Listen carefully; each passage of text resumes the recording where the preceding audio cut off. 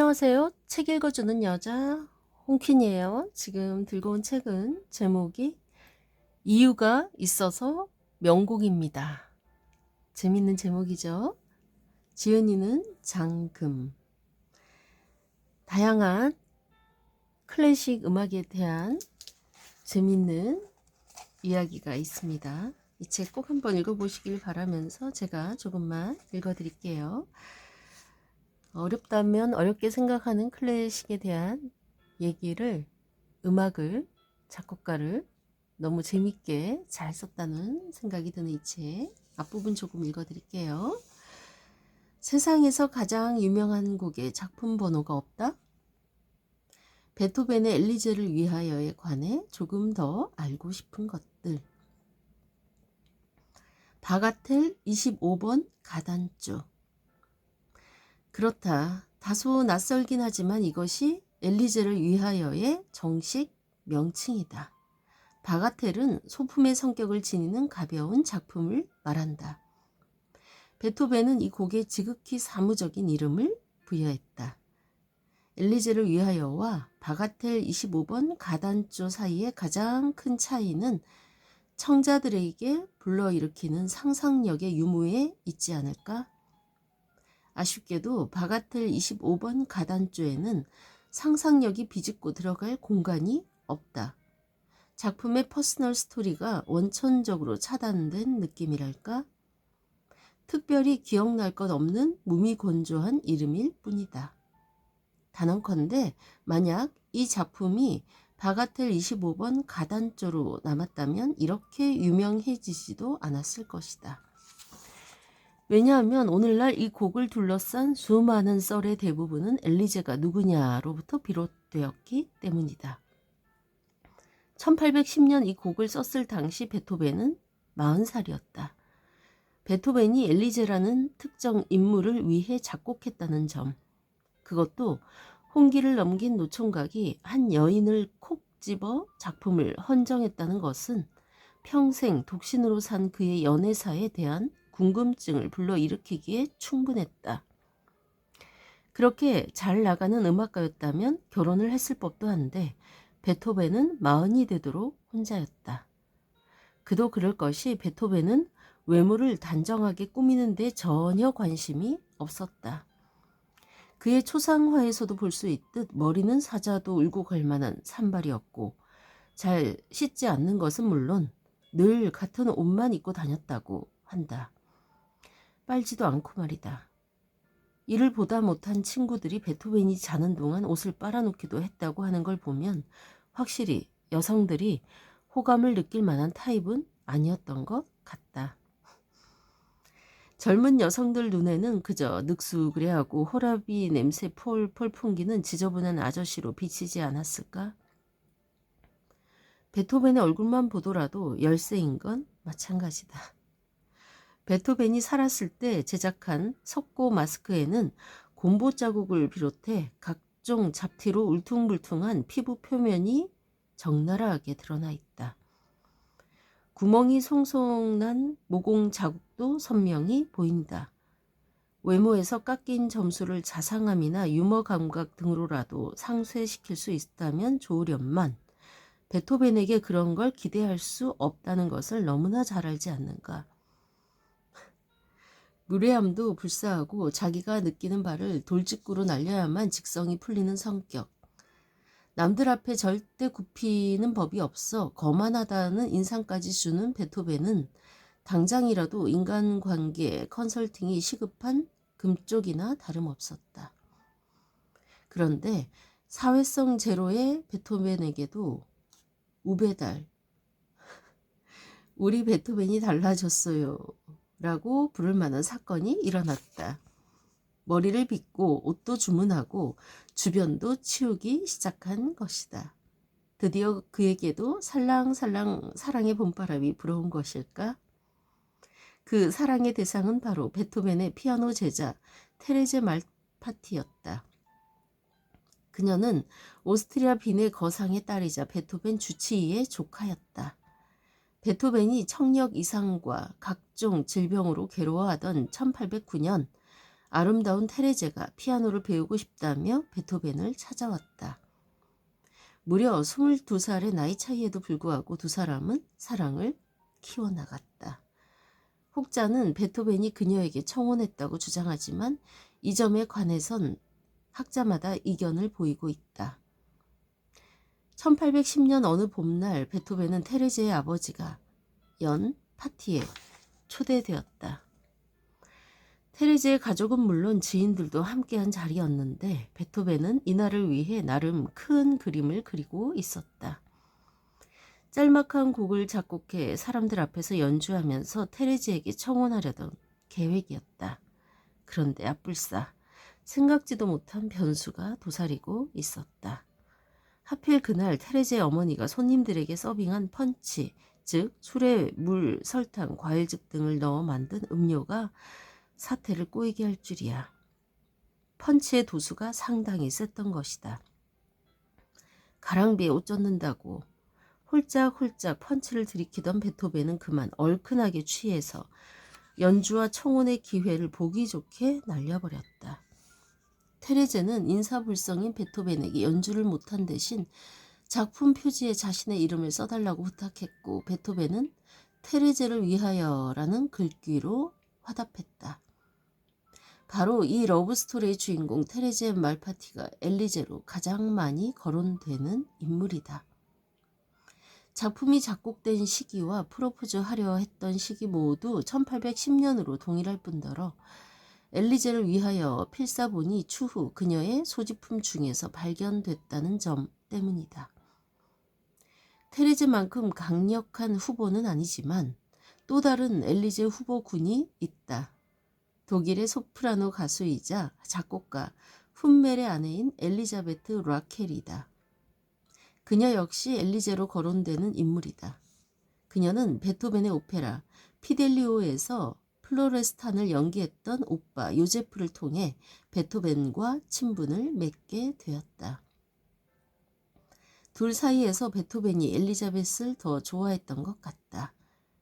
베토벤이 그녀에게 청혼하려 했다는 기록은 있지만 베토벤을 향한 엘리자벳의 감정이 어떠했는지는 잘 알려지지 않았다. 아쉽게도 베토벤이 청혼하려고 하던 시점에 엘리자벳이 빈을 떠나 다른 도시로 가게 되면서 둘의 관계는 자연스레 소원해졌다. 하지만 한 가지 확실한 점은 베토벤과 엘리자벳이 일평생 좋은 친구로 남았다는 사실이다. 베토벤은 죽음을 앞둔 시점에 사람을 시켜 그녀를 부르고는 자신의 머리카락 한 줌과 마지막까지 쓰던 깃펜을 그녀에게 주었다. 엘리자벳은 죽을 때까지 베토벤의 선물을 소중히 여겼다고 한다. 엘리자벳이 엘리제로 거론되는 이유는 간단하다. 그녀의 애칭이 엘리제였기 때문이다. 그녀는 자신의 거주지를 등록할 때도 엘리제란 이름을 사용했고 베토벤의 지인들 사이에도 엘리제로 불렸다고 한다. 마지막 후보는 엘리제 바렌스펠트이다. 세 후보군 가운데 최약체인 그녀는 누구일까? 그녀는 엘리제를 위하여가 작곡될 당시 14살에 불과했던 성악신동으로 알려져 있다. 마침 강력한 엘리제 후보인 테레제 말파티와 이웃에 살고 있었는데 테레제가 그녀의 피아노 선생이었다는 설이 유력하다. 테레제가 자신이 피아노를 가르치는 제자를 위해 베토벤에게 쉬운 곡 하나를 써달라고 부탁했던 것 아닐까? 테레제 말파티, 엘리자벳 레켈, 엘리제 바렌스펠트 이 여인들 모두는 어디까지나 엘리제를 둘러싼 미스터리의 주인공일 뿐 실제 엘리제가 누구였는지는 여전히 베일에 쌓여 있다. 베토벤의 애절한 편지만 남아있을 뿐이다. 이젠 안녕. 존경하는 테레제.